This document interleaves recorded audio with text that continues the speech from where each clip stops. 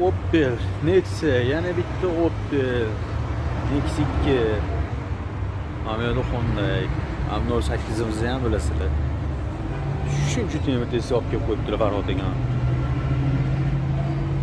Nima qilasizmi? Sen hammasini alishtirib cho'tki qilaman debdilar. O'sha Opelni boshqatdan yig'ib, boshqatdan proyekt qilib, nimadirlar qilmoqchilar. Mana ichkarida ham taniganlar bo'lsa kerak.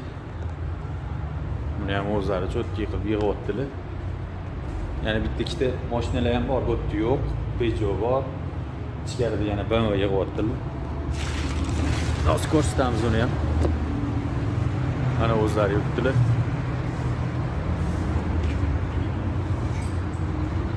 Umuman boshqacha. Samarqandga tayyorgarchilik.